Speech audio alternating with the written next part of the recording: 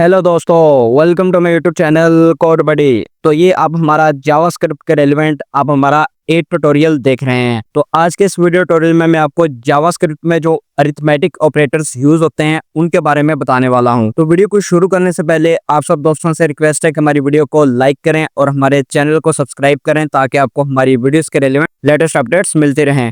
तो चलिए अपनी वीडियो को स्टार्ट करते हैं। तो आइए सबसे पहले देखते हैं कि जावास्क्रिप्ट में कौन कौन से अरिथमेटिक ऑपरेटर्स यूज होते हैं बेसिकली। तो यहाँ पर ये देखिए जावास्क्रिप्ट में जो अरिथमेटिक ऑपरेटर्स यूज होते हैं वो कुछ ये हैं। फर्स्ट ऑफ ऑल देखिए कि हमारे पास ये प्लस है, इसको हम एडिशन के तौर पर हम इसको यूज कर सकते हैं। फिर हमारे पास ये हाइफन, इसको हम सब्सट्रैक्शन के तौर पर हम इसे यूज कर सकते हैं इन जावास्क्रिप्ट। फिर है हमारे पास ये मल्टीप्लिकेशन, हम इसको मल्टीप्लिकेशन के तौर पर हम इसको यूज कर सकते हैं। फिर यहाँ पर देखिए हमारे पास 2 दफा मल्टीप्लाई का साइन है, इसको हम बोलते हैं एक्सपोनेंशन। ये एक्सपोनेंशन क्या होता है इसको मैं आपको नेक्स्ट प्रैक्टिकल में आपको मैं बताता हूँ। फिर हमारे पास ये स्लैश, इसको हम तो क्या बोलते हैं, इसको हम डिवीजन के तौर पर हम इसको यूज कर सकते हैं। फिर हमारे पास है मॉडुलस। अब मॉडुलस को हम रिमाइंडर के तौर पर हम इसे यूज करते होते हैं। ये आपने अपने स्कूल लेवल में आपने सीखा होगा। इस तरह से डिवीजन के बाद जो भी हमारे पास वैल्यू बचती है उसको हम रिमाइंडर बोलते हैं। यहाँ पर देखिए ये 2 दफा प्लस का साइन है, इसको हम इंक्रीमेंट के तौर पर हम इसको यूज करते हैं। फिर ये देखिए डबल हाइफन है, इसको हम डिक्रीमेंट के तौर पर हम इसको यूज करते हैं।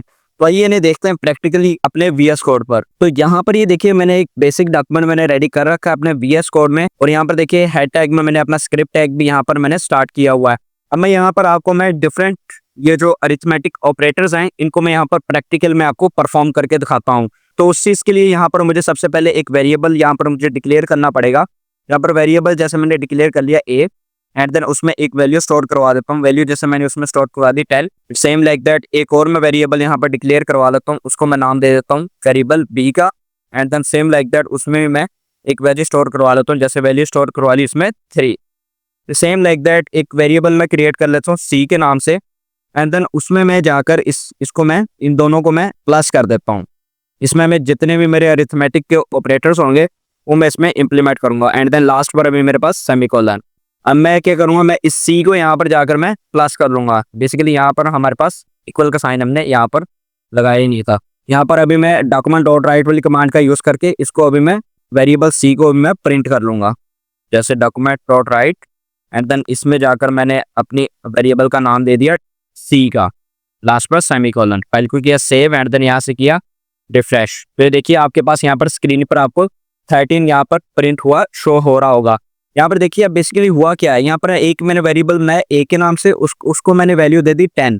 फिर एक वेरिएबल बनाया b के नाम से, उसमें वैल्यू मैंने दे दी 3। यहाँ पर मैं आपको एक बात और बताना चाहूंगा कि ये जितने भी अरिथमेटिक के ये जो ऑपरेटर्स हैं ये तभी काम करेंगे जब आपका जो वेरिएबल की जो टाइप है वो नंबर होगी। मीन्स कि अगर वो स्ट्रिंग वगैरह होगी आपकी वेरिएबल की टाइप तो ये वर्क नहीं करेगा कोई भी अरिथमेटिक का ये जो ऑपरेटर है। आपने यहाँ पर ध्यान ये रखना है कि आपकी जो भी वेरिएबल की जो टाइप है वो आपकी नंबर में ही होनी चाहिए, फिर ही ये जितने भी अरिथमेटिक ऑपरेटर्स हैं ये वर्क करेंगे। अभी यहाँ पर देखिए b था हमारे पास, b को मैंने उसमें वैल्यू स्टोर कर दी 3। फिर एक वेरिएबल बनाया मैंने, थर्ड वेरिएबल बनाया c के नाम से, उसमें मैंने ये अरिथमेटिक ऑपरेटर यहाँ पर मैंने पास कर दिया। कैसे किया, a प्लस अरिथमेटिक ऑपरेटर लगाया मैंने यहाँ पर एंड देन b। फिर यहाँ पर देखिए डॉक्यूमेंट डॉट राइट में जाकर मैंने उसको प्रिंट करवा लिया, c को यहाँ पर मैंने प्रिंट करवा लिया। तो यहाँ पर आपको 13 यहाँ पर आपको शो हो रहा होगा स्क्रीन पर। सेम लाइक दैट आप यहाँ पर जैसे मर्जी आप इसको प्रिंट करवा सकते हैं। जैसे यहाँ पर मैंने 100 लिख दिया तो यहाँ पर अब 103 आपके पास यहाँ पर देखिए शो हो रहा होगा स्क्रीन पर। यहाँ फिर अगर मैं जाकर इसमें भी कोई वैल्यू में चेंज करवा दूँ, जैसे देखिए मैंने यहाँ पर लिख दिया 33, यहाँ पर देखिए कुछ इस तरह से ये शो हो रहा है। तो इस तरह से आप यहाँ पर परफॉर्म कर सकते हैं। जैसे यहाँ पर अभी मैं माइनस कर देता हूँ, ये देखिए आप इस तरह से मल्टीपल ऑपरेटर्स आप इसमें परफॉर्म कर सकते हैं। जैसे यहाँ पर मैं 13 कर दिया, वैल्यू चेंज कर दी, अब देखिए ये भी माइनस हो रहा है। फिर सेम लाइक दैट मैं यहाँ पर अभी इसको 10 कर देता हूँ एंड देन यहाँ पर अभी मैं इसको 3 कर देता हूँ। अब मैं आपको मल्टीप्लिकेशन के बारे में बताता हूँ। यहाँ पर अभी मैं इसको मल्टीप्लाई कर देता हूँ बेसिकली, ये देखिए अब 10 मल्टीप्लाई बाय 3 ये 30 बन गया। सेम लाइक दैट अभी मैं इसको और करके दिखाता हूँ। जैसे यहाँ पर मैंने 5 कर दिया तो अभी यहाँ पर आपको 50 ये शो करेगा। तो देखिए ये था हमारे पास मल्टीप्लिकेशन। इस तरह से आप जस्ट यहाँ पर साइन चेंज करते जाएंगे एंड देन आप अपने अरिथमेटिक ऑपरेटर्स यहाँ पर इस तरह से परफॉर्म करके देख सकते हैं। अभी मैं आपको डिवाइड के बारे में बताता हूँ। तो डिवाइड के लिए हम यहाँ पर बैक स्लैश का यूज़ करेंगे। देखिए अब मैंने 5 को 10 पे डिवाइड कर दिया है, ये देखिए 2 आ गया हमारे पास। सेम लाइक दैट अब मैं यहाँ पर 5 की जगह पर मैं 2 कर देता हूँ, तो देखिए 5 आ जाएगा हमारे पास यहाँ पर। तो ये तो था हमारे पास डिवीज़न। आप इस तरह से इसको डिवाइड कर सकते हैं। फिर यहाँ पर अब हम बात कर लेते हैं मॉडुलस की। तो मॉडुलस क्या होता है? मॉडुलस बेसिकली आपके पास रिमाइंडर के तौर पर काम करता है। अब यहाँ पर देखिए जब हम 2 को 10 के ऊपर हम डिवाइड करेंगे तो क्या होगा, इसका जो हमारे पास रिमाइंडर बचेगा वो हमारे पास 0 बचेगा। ये देखिए कुछ इस तरह से। अभी मैंने फाइल को यहाँ पर किया सेव एंड देन यहाँ से किया रिफ्रेश, तो देखिए हमारे पास स्क्रीन पर अभी रिमाइंडर जो है वो 0 बच रहा है। ये बिल्कुल उसी तरह से ही वर्क करता है जैसे आपने अपने स्कूल लेवल में सीखा था। जिस तरह से डिवाइड होने के बाद जो भी नीचे हमारे पास वैल्यू बचती है उसको हम रिमाइंडर बोलते हैं। अभी यहाँ पर देखिए 2 को आप 10 पे डिवाइड करेंगे तो आपके पास जो वैल्यू रिमाइंडर में बचेगी वो 0 होगी। तो इस तरह से आप रिमाइंडर वाले अरिथमेटिक ऑपरेटर्स को भी इस तरह से आप मॉडुलस को आप एज ए रिमाइंडर के तौर पर आप इसको यूज कर सकते हैं। तो अभी मैं आपको बात बताता हूँ एक्सपोनेंशियल की। तो एक्सपोनेंशियल के लिए हम यहाँ पर 2 दफ़ा मल्टीप्लिकेशन का हम यहाँ पर साइन लेंगे। तो अभी मैं यहाँ पर क्या कर देता हूँ, यहाँ पर 3 कर देता हूँ। अब बेसिकली इसका मतलब क्या है, मैं यहाँ पर अभी आपको प्रिंट करके दिखाता हूँ। यहाँ पर आ चुका है 9। अब यहाँ पर देखिए 3 की पावर 2 हो गया। 3 की पावर 2 कितना बन जाता है? वो 9 बन जाता है। यहाँ पर देखिए आपको स्क्रीन पर 9 शो हो रहा होगा। इसका मतलब है कि 3 की पावर 2 क्या बन गया? 9 बन गया। अभी मैं यहाँ पर मैं आपको चेंज करके दिखाता हूँ। 3 की पावर मैं 3 कर देता हूँ, ये देखिए, तो ये बन गया 27। तो इस तरह से आप इसका यूज कर सकते हैं। जैसे मैं 3 की पावर 4 कर देता हूँ, ये देखिए ये आपके पास 81 बन गया। तो इस तरह से आप इसका एक्सपोनेंशियल का आप यूज कर सकते हैं। तो अभी हम बात करते हैं इंक्रीमेंट और डिक्रीमेंट की। तो इंक्रीमेंट के लिए अभी मैं क्या करता हूँ, यहाँ पर ये जो मेरे पास वेरिएबल सी है इसको मैं यहाँ से कर देता हूँ रिमूव अभी, एंड देन यहाँ पर अभी मैं इंक्रीमेंट के यूज करता हूँ। इंक्रीमेंट के लिए यहाँ पर मैं यूज करूंगा a++। अभी मैंने a में इंक्रीमेंट करवा दिया, लास्ट बार सेमीकोलन। अब मैं क्या करता हूँ, इसमें आकर c को यहाँ से मैंने रिमूव कर दिया एंड देन a+b, ये देखिए कुछ इस तरह से। अब इसका मतलब क्या है बेसिकली, अब देखिए a+b, इसमें देखिए अब एक a में मैंने इंक्रीमेंट करवाया है। अब देखिए a में क्या हो जाएगा, a is equal to a+1। a में 1 का इंक्रीमेंट हो जाएगा। 1 का इंक्रीमेंट होके ये कितना बन जाएगा, 3 में 1 को प्लस करेंगे तो ये कितना बन गया हमारे पास, 4 बन गया। एंड देन 4 में हम 4 को प्लस करेंगे तो वो कितना बन जाएगा हमारे पास, 8 बन जाएगा। अब मैंने फाइल को किया सेव एंड देन यहाँ से किया रिफ्रेश, तो देखिए हमारे पास ये 8 आपको स्क्रीन पर लिखा हुआ आपको शो हो रहा होगा। अभी मैं यहाँ पर आपको जस्ट वैल्यू में चेंज करके दिखाता हूँ। जैसे मैं यहाँ पर लिख दिया 2। अब 2 का क्या मतलब है, a में 1 का इंक्रीमेंट हो जाएगा। 2 में 1 को हम प्लस कर देंगे तो कितना बन जाएगा, ये 3 बन जाएगा। 3 में 4 को प्लस करेंगे तो कितना बन जाएगा, यहाँ पर 7 बन जाएगा। यहाँ पर देखिए अभी आपको यहाँ पर ये 7 स्क्रीन पर आपको लिखा हुआ शो हो रहा होगा।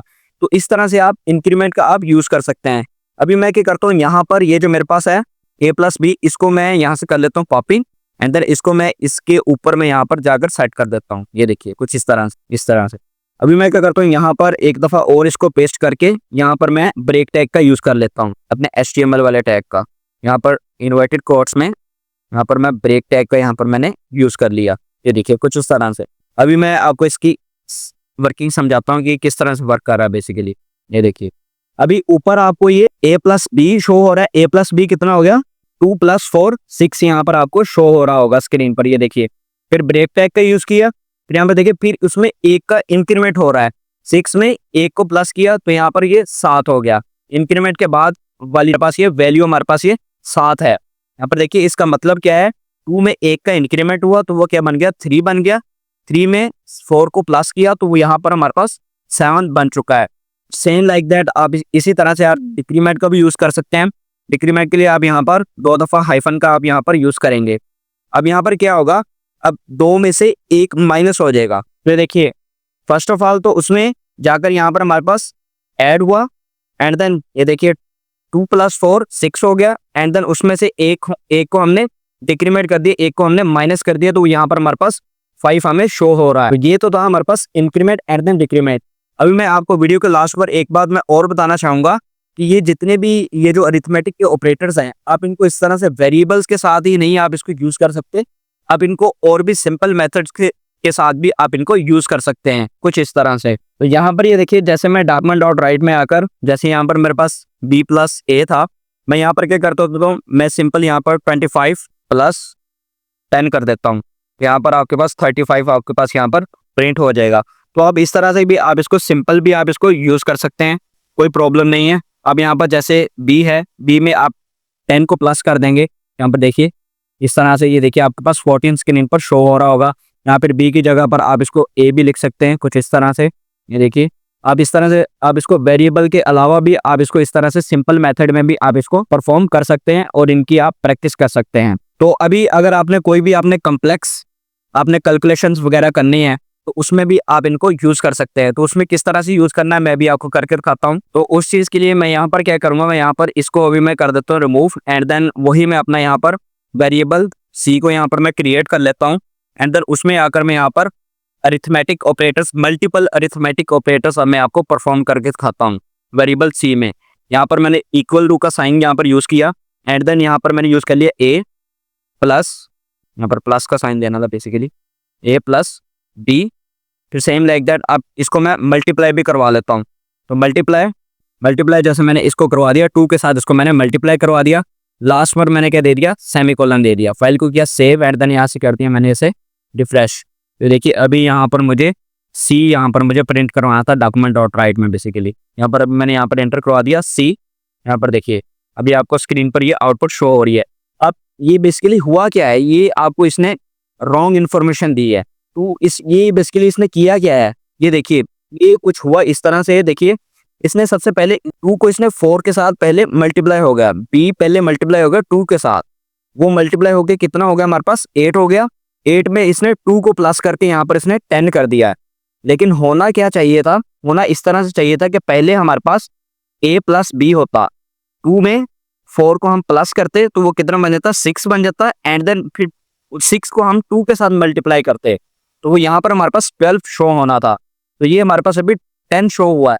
ये क्यों शो हुआ है, क्योंकि यहाँ पर अगर हमने यहाँ पर कम्प्लेक्स कैलकुलेशन करनी है तो हमें यहाँ पर इस तरह से हमें कम्बिनेशन वगैरह हमें इसमें बनाना पड़ेंगे। तो कम्बिनेशन हम किस तरह से बनाएंगे, हम जस्ट यहाँ पर जैसे ही हमारे पास a प्लस बी है, हम इसको यहाँ पर ब्रैकेट्स में लिख देंगे, सिंपल ब्रैकेट्स में। ये देखिए कुछ इस तरह से। अब ये देखिए हमारे पास ये कम्बिनेशन बन चुका है। सबसे पहले ये a प्लस बी काम करेगा, ये देखिए 2 प्लस 4 हो जाएगा, फिर वही 2 प्लस 4 जो होगा हमारे पास 6 बन जाएगा। 6 को 2 से हम मल्टीप्लाई करेंगे तो यहाँ पर हमारे पास 12 आउटपुट यहाँ पर स्क्रीन पर शो होगी कुछ इस तरह से। ये देखिए तो अब ये सही से वर्किंग कर रहा है। तो अगर आपने मल्टीपल अरिथमेटिक ऑपरेटर्स आपने या इस तरह से आपने यूज़ करने हैं तो इस तरह से आपको कम्बिनेशन वगैरह बनाकर आपको इस तरह से यूज़ करना पड़ेगा। सो आपको हमारा आज का वीडियो ट्यूटोरियल अच्छा लगा होगा। अगर आपको हमारा आज का वीडियो ट्यूटोरियल अच्छा लगा है तो हमारी वीडियो को लाइक करें और हमारे चैनल को सब्सक्राइब करें ताकि आपको हमारी वीडियोस के रेलिवेंट लेटेस्ट अपडेट्स मिलते रहें। तो मिलते हैं अपने नेक्स्ट वीडियो ट्यूटोरियल में। वीडियो देखने के लिए थैंक यू।